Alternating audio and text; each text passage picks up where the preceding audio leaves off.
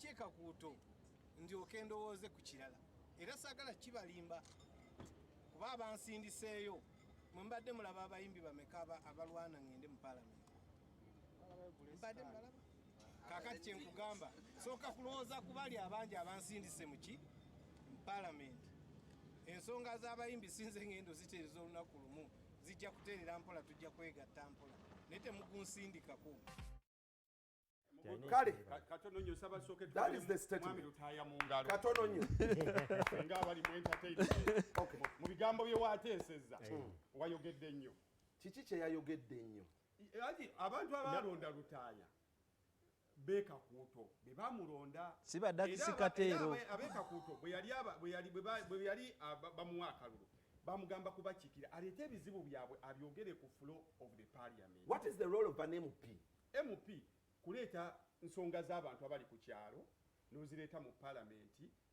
n'ezikubaganyako ebirowoozo n'oddayo n'ofollowinga bwe bamaze okubaganya ebirowoozo twakiyisiza implementation eyimiridde etya ku kyalo Kakuuto teri bayimbi gye balisebo. So why does music become a liability? Anti dabayo what you're going to talk about. Anti yagambye Abekakuuto bizibu ebiru mu Kakuuto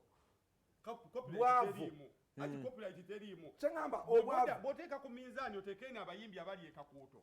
ogambe nti abatali bayimbi mwekayo mudde eno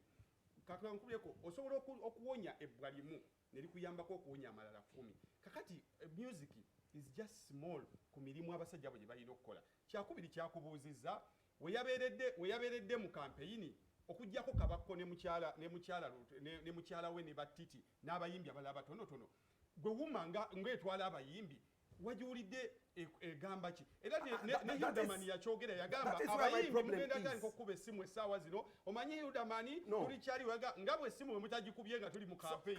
ne bwe tuyise. That is where my problem is because I mean actually your statement is anabadde sisubira agikole bwe baba tebakugira so two wrongs don't make a right two wrongs don't make a right nga lwaki tagikola muganda wange Jonathan abayimbi is not Spice Diana and music industry is not Kabakko. Music industry it's an industry that engages abantu bangi nyo ba producer abayinza no beera innocent n'abaana bo boozadde nti baliyimba mweno industry nga bano bonna bagenze. So why do you look at these individuals instead of looking omwami oyo teyejjusa simanyi lwaki buba busezi nakweyagaliza okuyita musajja wange balunywa n'omugamba nyina bajeti y'embaga yiino balunywa n'akubuuza naye omukazi omuyina nti nkyamunoonya buba busezi nakweyagaliza. Why do you keep thinking nti music industry egenda terera mu ggwanga eritatereranga? Let's not be funny. Okitegeera ebizibu abantu be balina bingi. Omuntu atasobola yadde kusasula tiketi ya mitwalo 5 lwaki gwosuubira muno bamuterereze industry asasuze eki batereze gwe Kenneth Mugabe okitegeera wano omuntu abantu bayina ku tiketi ez'ebbeeyi bemmanyi ze bensisinkana Sandra Subi Kenneth Mugabe awo abaana abo babebe kuwe era bafuna abantu bategekera abantu bibiri kaba katono lwaki katono nti kubanga abande nontoke how many Ugandans Jonathan who can pay for a ticket y'emitwalo 5 balinyo uya akubuulire bwe babeera kanko ku example katono mitwalo egyo abayimbi abo balaba bandi bayinanga season gye bagamba nti tulumbye Masaka ne bamalayo emyezi gy'abanga egi ng'emmwanyi zaatunze leka kati bwe batonalwanirira wa mmwanyi kutandika kufuna ssente gwe omugambo otya nti nkuleetera kivulu soka otereze bakasitoma abo babeere mu mbeera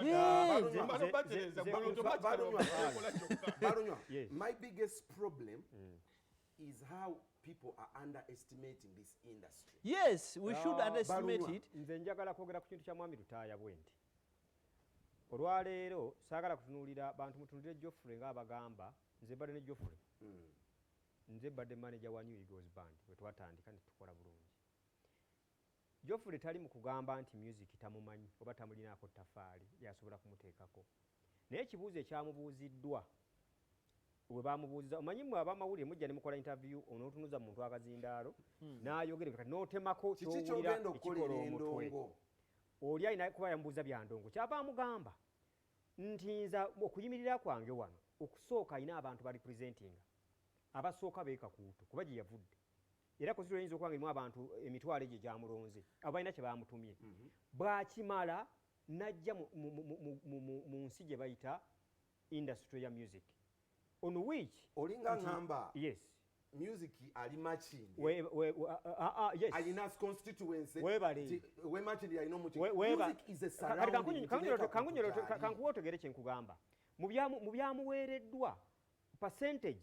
eri ekakuuto ku music olwaleero nga Geoffrey alina kuwa percentage ate eyekakuto kuba eri 2% kuba muwadde obululu kitegeeza nti bw'amala okutereeza emirimu gy'ekakuuto ajja akwate ku kya music naye nga kyemmanyi kyasobola okukola lwaki bajja okukola kuba si yekka yagenze nga artist era kyembadde njagala amaanyi artist between nze kyembasaba bakole olwokuba nti twagenze bangi luli wabaddengayo omu ogamba n'akikola atya zeno za nti beetaaga okufunayo foramu etegeeza ekyo ekibazimbye kyebamanyi kitegeeza art kakati baveeyo n'ensonga kubanga bonna abasinga gye bali kati bamanyi amabawe gali n'obunafu bwe bubadde but when it comes to one person ayina interests ze zamuleese abo abamubanja ebyo muri kumbaga abantu Okitegedde? tusonda za muyimbi kati nekirala tuleke kubatika let us not be subtle ebyokwerimba tubireke tuleke batika mulamwa munene leero nabaddeko abantu abamu ne mbagamba nti tuleke nga kulowooza nti ebizibu by'abantu abamu bijja kukolebwa abo abali mu kizibu ekyo okitegeera ne mbawa example Mobutu Sese Seko ku Mbeno okukuwaza bbanga yali munnamawulire bwe yafuuka president yasooka kusiba b'amawulire bonna waliwo omusajja yali mukubi wa bifaananyi bamuyita whatever hitira ekitegeera bwe yafuuka munnamawulire ng'okkuba ekifaananyi kye bwe yafuuka president ng'okkuba ekifaananyi kye kikola ki kikusibya waliwo omusajja ali Liberia omusambi wa mupiira George Weah ekitegeera bwe yafuuka president asiba buli kiramu abantu bakola ki bamwetamwa nze mbadde ndowooza nti bwe tuba tudisikasinga ebintu ebikwata ku ggwanga omuntu akisobola akikole ki akikole gwe nange okimanyi nti abayimbi betwogerako Hilderman omwana we Kakuuto tuyinayo Kayemba Solo tuyinayo bonna nga Lecho Magoola ng'ogyeko Magoola bano byonna benkugambye they are on the wrong side of the dining okitegeera mwami sandyagadde kwogera ku bwentyo bano bannaffe abatufuga muzze mukiwulira nga bakyogera lunye nti abantu begundi mwandetera Nambooze sigenda bakolera kino kakati gwe omusajja aveeyo ayogerere ku ndongo ng'ate omusajja tewamulondere oyagala kuleetera bintu endongo yaleetebwa essaawa yakakati tubadde ne MP nga muyimbi MP nga munnabitone onalebo Katolu Bwama ekitegeera Pawulo abadde mu paalamenti awo nga waali nakati akyayina ekitiibwa kye ky'MP lwaki essente ze balobinga ezigenda okusasula damages z'abannaffe bano babalunywa ez'ebivulu abayimbi emmere y'abayimbi lwaki